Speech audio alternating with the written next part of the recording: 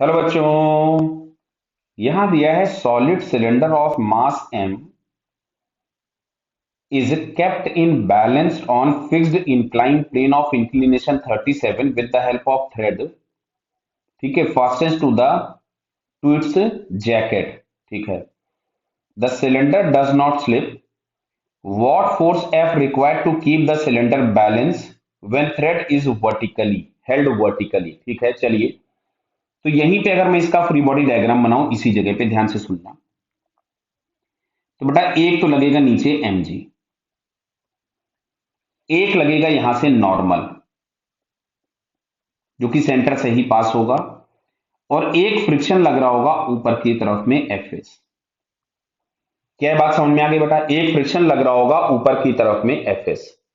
अगर हम सेंटर के अबाउट टॉर्क देखें, ध्यान से देखना, तो इस एमजी का भी टॉर्क जीरो है, नॉर्मल का भी टॉर्क जीरो है। टॉर्क के नाम पे केवल ये एफ और एफएस है। समझ में आ रहा है? एफ का टॉर्क क्लॉकवाइज और एफएस का टॉर्क एंटी क्लॉकवाइज है। टॉर्क के नाम पे लिखने के लिए हम लोग लिखेंगे F R is equals to F S into R. तो यहां से हम लोगों के पास पता चला कि जो अप्लाइड फोर्स है वो फ्रिक्शन के बराबर आ जाएगा। ये पहली बात आई मैग्नीट्यूड में, क्लियर है? सबसे पहला स्टेटमेंट। अब देखो, अब अगर हम लोग चेक करें, मेरे को इसका अलग फ्री बॉडी डायग्राम बनाना पड़ेगा क्योंकि इसको मेरे को फोर्सेस को कंपोनेंट में रिजॉल्व करके आपको दिखाना पड़ेगा। तो चलिए मैं इसका अलग से फ्री बॉडी डायग्राम बना देता हूं आपके लिए। थोड़ा सा बड़ा गोला बनाता हूं जिससे हम इसमें फोर्सेस को आसानी से दिखा पाए आपको। ये मान लीजिए मैंने बनाया, क्लियर है? अब मैं यहां पे इंक्लाइन प्लेन बना दे रहा हूं। ये है इंक्लाइन प्लेन, क्लियर? ये वाला एंगल दिया गया था थीटा, जो कि 37 आप लोगों को क्वेश्चन में दिया हुआ है। अब मैं एमजी ना बनाते हुए एमजी के सीधे कंपोनेंट्स बना देता हूं जिससे आसानी से हमें चीजें समझ में आए। यहां कहीं पे हम लोगों के पास आ रहा है एमजी साइन थीटा, यहां कहीं पे हमारे पास आएगा एमजी कॉस थीटा, इस तरफ में हम लोगों को कहीं मिल रहा है नॉर्मल रिएक्शन, और इधर की तरफ में यहां कहीं पे हम लोगों के पास लग रहा है फ्रिक्शन एफ एस। क्लियर है बेटा? बराबर है। अब ये जो फोर्स हम लोगों को लग रहा था वो फोर्स यहां से लग रहा है। देखिए वर्टिकली अप बोला गया था कि string is held vertically up, तो वर्टिकली अप होगी और वो होगी टेंजेंशियल, तो यहां पे एफ लग रहा होगा। अब अगर हम लोगों को एंगल चेक करना है, बहुत ध्यान से देखिए बेटा, ये एंगल अगर थीटा है तो बेटा ये वाला एंगल थीटा होगा क्या? समझ में आ रहा है बेटा आपको? क्यों? हॉरिजॉन्टल के साथ एंगल थीटा है। अब मैं यहीं पे एक लाइन ड्रॉ कर रहा हूं जो एमजी साइन थीटा के एंटी पैरेलल बना रहा हूं यहां पे। क्या बेटा दी समझ में आया? तो ये वाला एंगल अगर थीटा था तो ये एंगल फिर थीटा हो जाएगा, तो ये एंगल मिलेगा 90 माइनस थीटा। कितना मिलेगा? 90 माइनस थीटा। तो इधर जो एफ का कंपोनेंट आएगा वो F cos of 90 minus theta, तो क्या मैं इसको एफ साइन थीटा लिख दूं?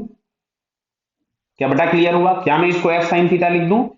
अच्छा, इस डायरेक्शन में जो कंपोनेंट आएगा एफ का, क्या मैं उसको F sine of 90 minus theta लिखूंगा तो एफ कॉस थीटा लिख सकते हो? बेटा क्लियर हो रही है ना बात?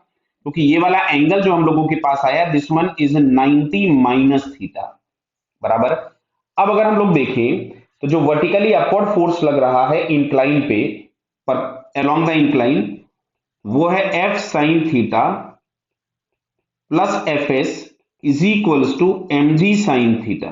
क्लियर है? बताइए। अब यहां पे क्या हम वैल्यूज पुट कर दे सकती?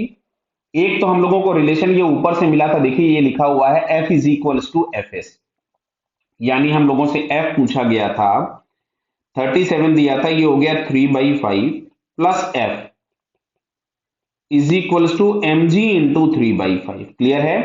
तो ये हम लोगों के पास हो जाएगा 5 plus 3 8 F by 5 is equals to M G into 3/5। तो 5 से 5 तो कैंसिल हो गया, तो एफ इज इक्वल्स टू हमारे पास आता है 3 mg/8। तो 3 mg/8 अगर हम यहाँ पे ऑप्शन सर्च करें तो 3 mg/8 हम लोगों को किसमें दिख रहा है? थर्ड वाला ऑप्शन दिख रहा है। ठीक है बेटा? तो यहां से फाइनली हम लोगों के पास थर्ड आंसर करेक्ट हो जाएगा। Clear? Okay, all the best.